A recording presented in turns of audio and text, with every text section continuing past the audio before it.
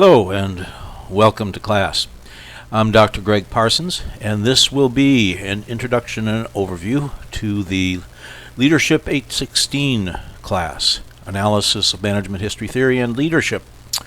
Now this session will also include an introduction to the first week's assignment, because that will give us an idea about how the class will progress and what we'll be looking at. It'll also include an overview of the syllabus so that you'll know all the details, and also provide you with information in case you need to contact me at some point. Alright, so let's get right into it. Whenever you go into the class, you should always start with the home page. Here you need to look at the announcements. There's nothing there at this moment. However, during the course of this class, I will be putting things in the announcements and usually sending an email associated with those. But it's always a good idea to go into class and see if there are any new announcements. Then also we're going to go on to look at my biography, and this kind of gives you an idea about what I'm looking for in your introductions. Now, most of you have been in graduate school for a while now and have probably met most of your classmates, but again, it's always possible that there may be somebody here that you haven't met before, and we need to have a little bit of background. Now, I don't need to know your whole life history, but it would be good to know, a little bit about your educational background, a little bit about your work background, other classes you might have taken, and your interests, what you plan to do when you complete your DBA. My contact information is provided here also. You can contact me by phone or text message, or you can email me at my Kaiser email address. You can use the Ask Questions in the Classroom, and I monitor those fairly closely. So there's a variety of ways to get in touch with me. The grading scheme is the typical Kaiser grading scheme, A, B, C's, and F's, and the percentages are given there. The most important part about this slide is that we will not be using textbook for this class. The only required course materials are your APA publication manual, which lays out the formatting and referencing guidelines for APA style. That's necessary, but all the reading material will be taken out of the Kaiser Online Library or will be supplied within this class, and these will be from peer-reviewed journals.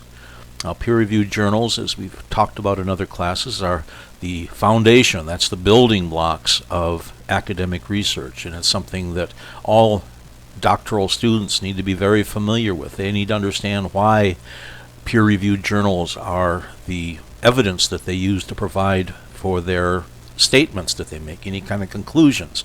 They also provide the model of how you do research, and so as you work on your dissertation, you will be using peer-reviewed journal articles to see how studies are conducted, how they're designed, how data is collected, what sort of instruments are used. So it's very important to be comfortable with peer-reviewed journal articles, comfortable finding them, reading them, analyzing them, synthesizing them, writing about them, because that's primarily what you'll be doing from this point on.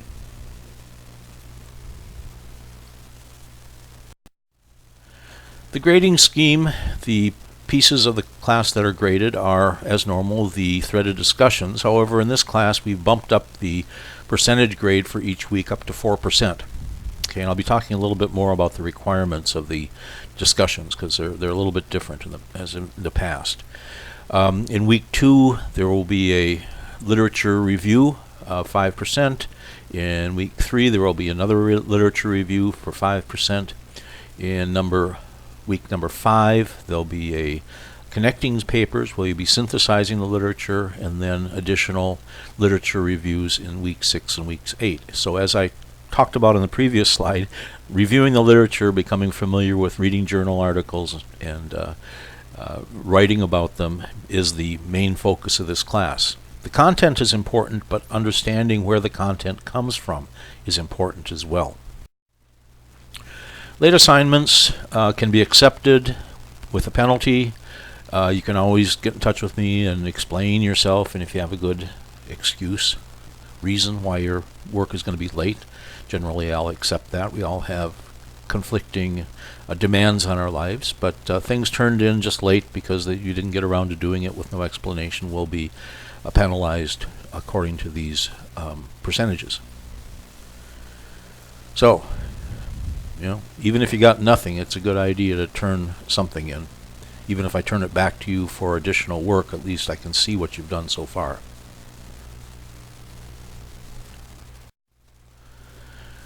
Plagiarism, again, is to be avoided. We use Safe Assign to try to catch plagiarism. But more than simply, using somebody else's work and turning in somebody else's paper, plagiarism also can occur just for the fact of not writing enough of your own words. So when we look at the matching percentage in Safe Assign, we'll many times be trying to estimate how much of this work did you actually write versus you simply pulled it out of the articles and pasted it into your work. So we're looking for original writing.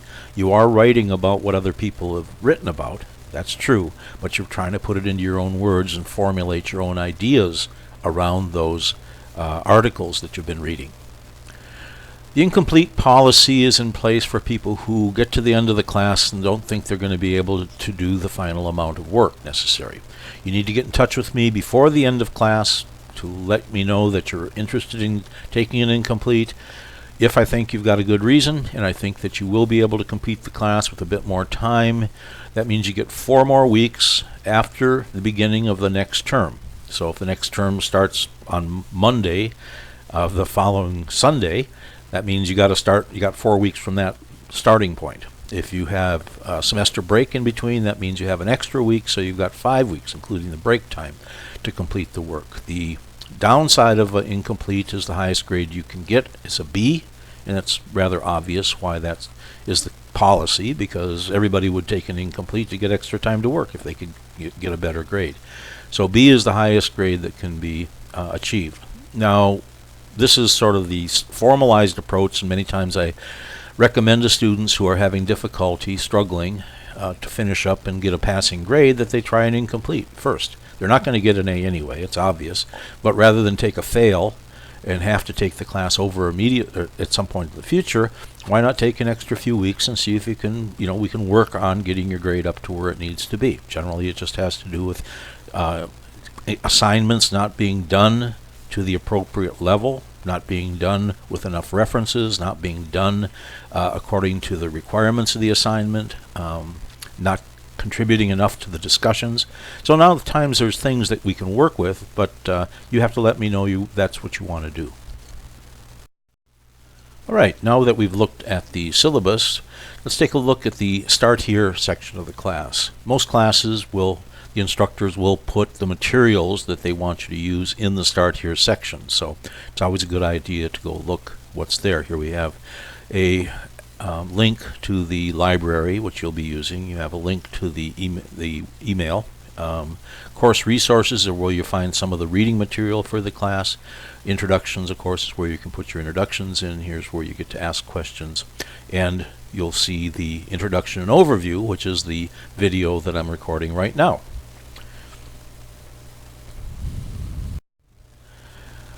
Now let's take a look at the week 1, what's coming up.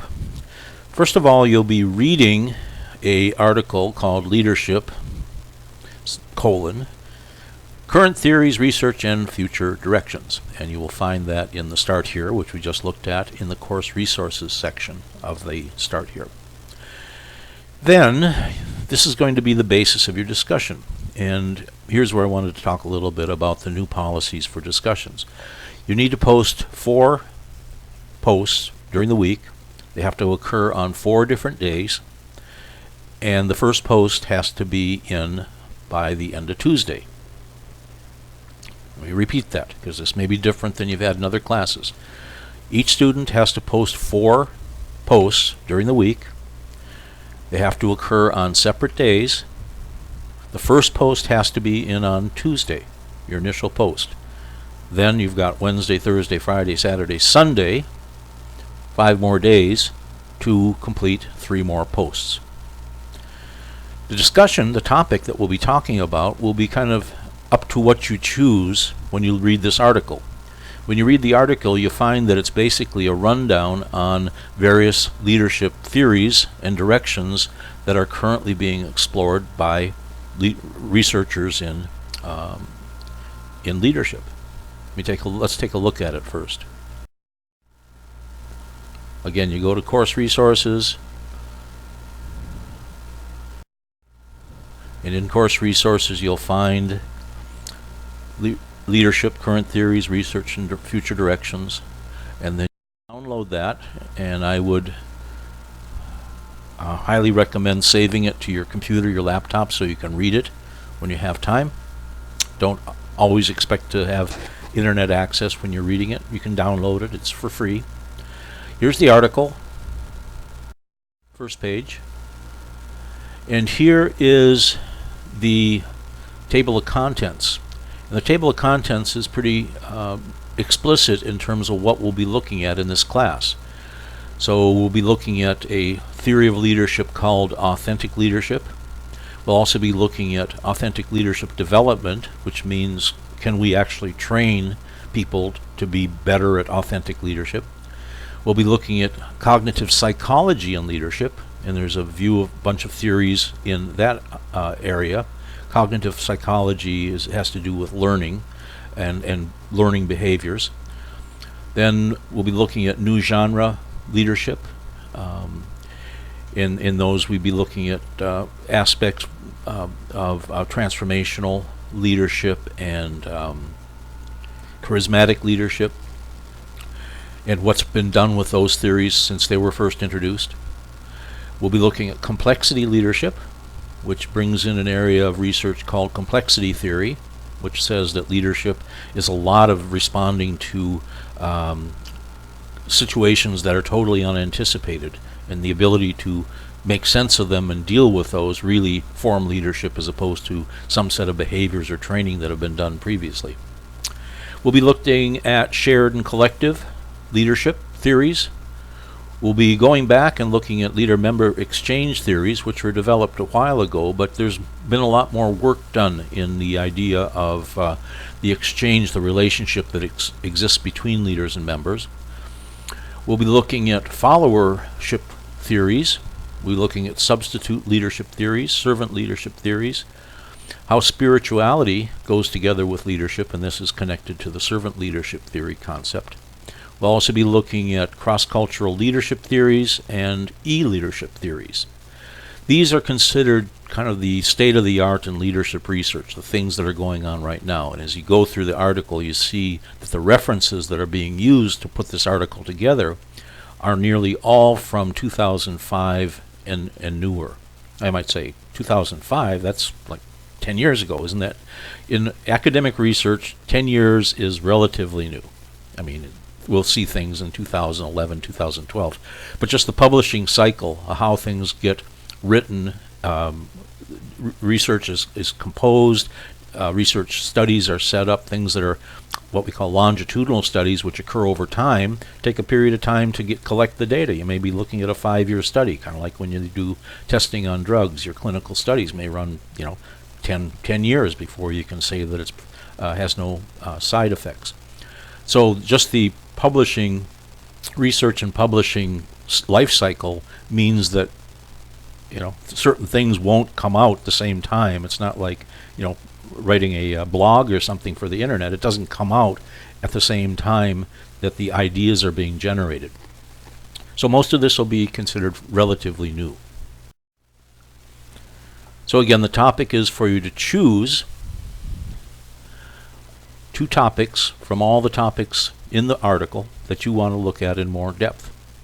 Then you can go into the references that are given associated with these topics, and the basis of the discussion are which ones you find particularly interesting and why you find those interesting and why perhaps you didn't find others more interesting. So you should be able to, in reading this article and looking into some of the associated literature for these theories, should be able to come up with a couple that you think would be worthwhile and interesting to you to consider for more investigation. So, this is kind of an overview of the class in the first week of assignments. The keys to success, and this is true of all my classes, is it's all based upon the literature. And where does the literature come from? I always recommend that people go to Google Scholar first when they're interested in a particular article or a particular subject. Google Scholar has access to much more of the information than any of the individual databases. Okay, so that'll give you an idea of what's out there and where to start looking. Within the university's library, we use the EBSCOhost database quite a bit. I normally recommend students to start there when they're doing their research. You can also use the LIRN database and the ProQuest database. Each one has different things. If you just use ProQuest, you won't find the things that are in the EBSCOhost. If you just use the LIRN, you may not find the things that are in ProQuest. ProQuest is especially good for looking at dissertations. Okay, EBSCOhost is particularly good at looking for specific journals. So you're going to find, as you become a better researcher, where you go for particular types of information. There will be a lot of reading in this class and a lot of writing, so you're going to have to schedule and manage your time. You'll have to schedule time to actually be able to do the readings. That's what I'm looking for. If you're not doing the readings, it's very apparent to me that you're not doing it, and if you're not doing the readings, you're not doing the assignments. I'll be making comments both on your discussion posts as well as your written work, and I recommend that you listen to what I'm telling you and you try to improve on it, because one of the things I do in grading is if I can see a gradual improvement, that counts a lot more. If I see that, well, you haven't really changed, I recommended you do this to improve, and you don't do it, well, obviously you're not interested in succeeding in this particular class. So use the feedback, constructive criticism that I'll be providing, and try to use that to improve your work. If you have questions about what's expected or what you should be doing, don't be afraid to ask questions. As they always say, the only bad question is the one that doesn't get asked.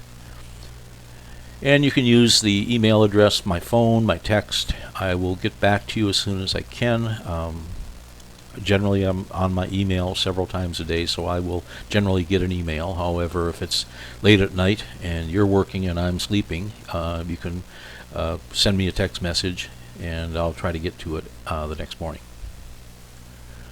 All right, that's about it. So you've got your assignment for the first week. If you have any questions about the syllabus, the content of the class that you think needs to be answered right now, don't hesitate to get in touch with me. So, goodbye and good luck.